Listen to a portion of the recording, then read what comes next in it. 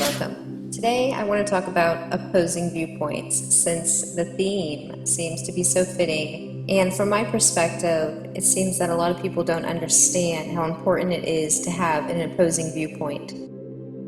Rather, it seems that people become outrageous and start riots and arguments all over opposing viewpoints. And what I'm seeing, or what I'm witnessing, is a bunch of confusion. If we're going to make a change in this world and to start any kind of revolution, we have to first get down to the roots and understand our core beliefs. And one of those core beliefs that humanity has gotten wrong is how effective and important it is to have an opposing viewpoint. So in this video or in this lecture, I'm going to give you some thoughts, and this is like a spur-of-the-moment lecture on opposing viewpoints. So I ask that you sit back and open your ears and just listen to what I gotta say. All right? If you were presented with any kind of information, off the bat, your automatic response should be, let me find out for myself. You know, and it's like, okay, maybe this is like having too much of a skeptical mind, but in a sense, it's also having an open mind.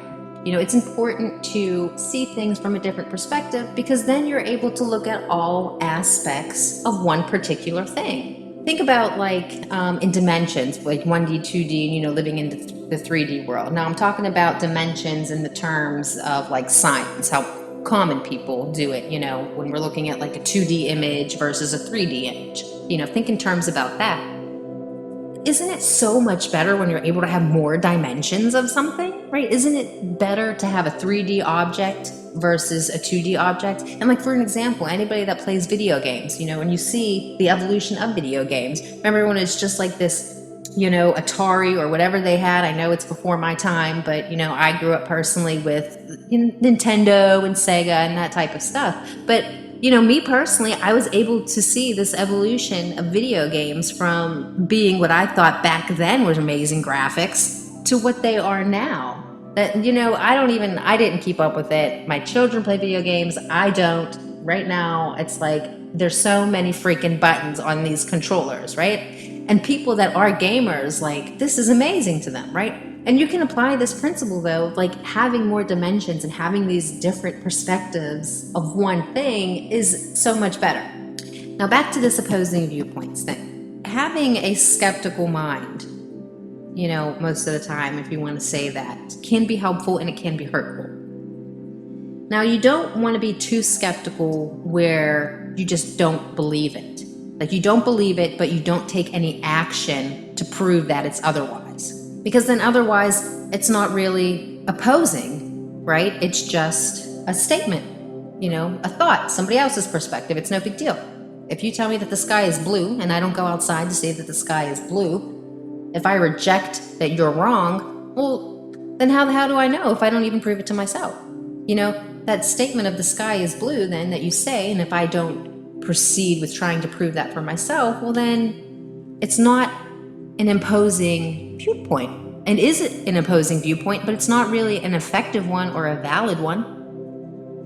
You see, because there's this key component here when you're looking at beliefs that are different from your own. See, if you don't have that ability to look at beliefs that are different from your own in order to come to your own conclusion, then you're pretty much just being controversial. So how do you effectively oppose somebody else's viewpoint or their belief? Well, it's simple. You dive deep into their viewpoint or their belief. What do you do when you have an opposing belief regarding racism or professions or the justice system, homosexuality, gender? You know, what do you do when you have opposing viewpoints to these modern, controversial, and philosophical issues that we see today? Well, the most wisest thing to do is to try to understand things from a different perspective.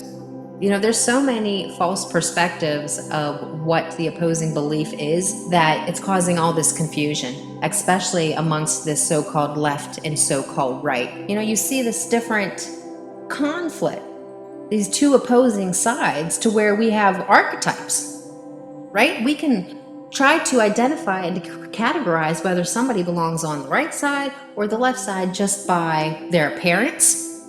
We can judge them by their beliefs, their posts that they're putting all on social media, even now, colors of hats that they're wearing, whether or not they're displaying the American flag, whatever. Okay, so I'm going too far into this damn topic because there's always two sides to everything that you're going to see. So here, when I'm talking about opposition, which opposition is, a dualistic thing here. There's two sides to it. Now, of course, you can have more than two sides. You can have a whole bunch of different sides to, a topic.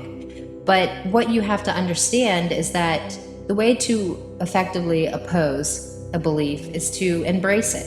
It is as simple as just looking, putting yourself in their shoes, so to speak.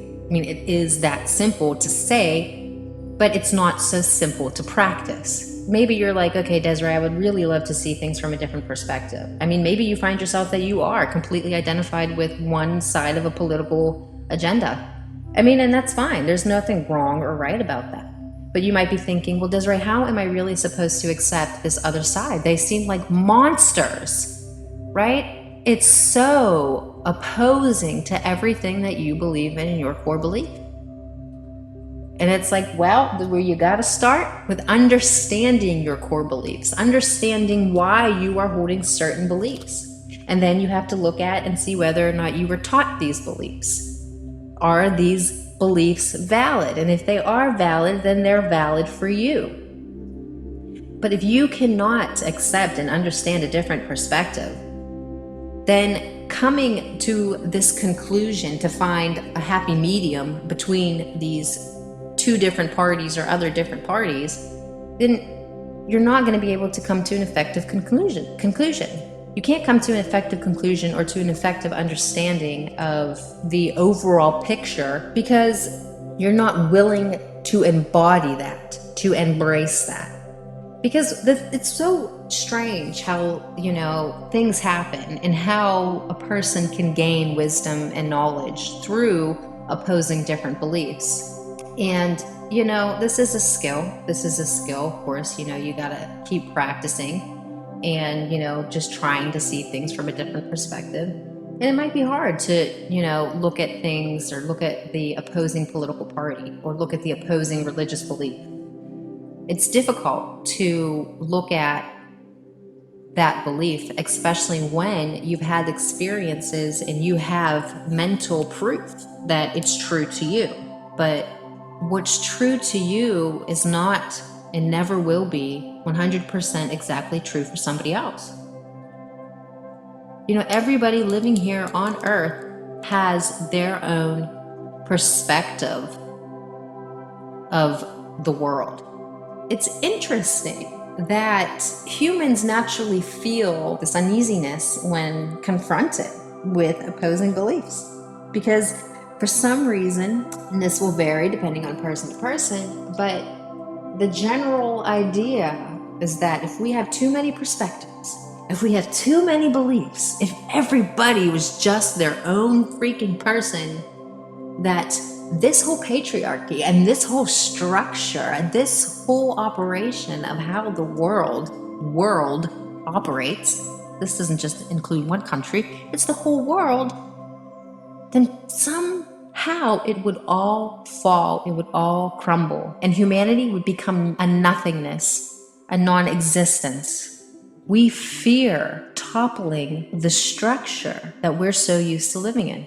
And because of that, we are afraid to see other viewpoints, other beliefs, other structures, or maybe no structure at all.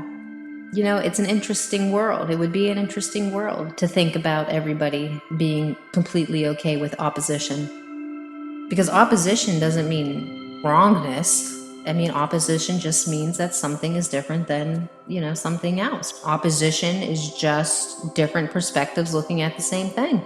Opposition is just showing you that, hey, somebody else believes something different than you. And guess the fuck what? That you will always have that. Like, you can't just get rid of opposition. You know, everybody has their own individual perspective. There's 7 billion oppositions to whatever the fuck you're thinking about or looking at, or we could.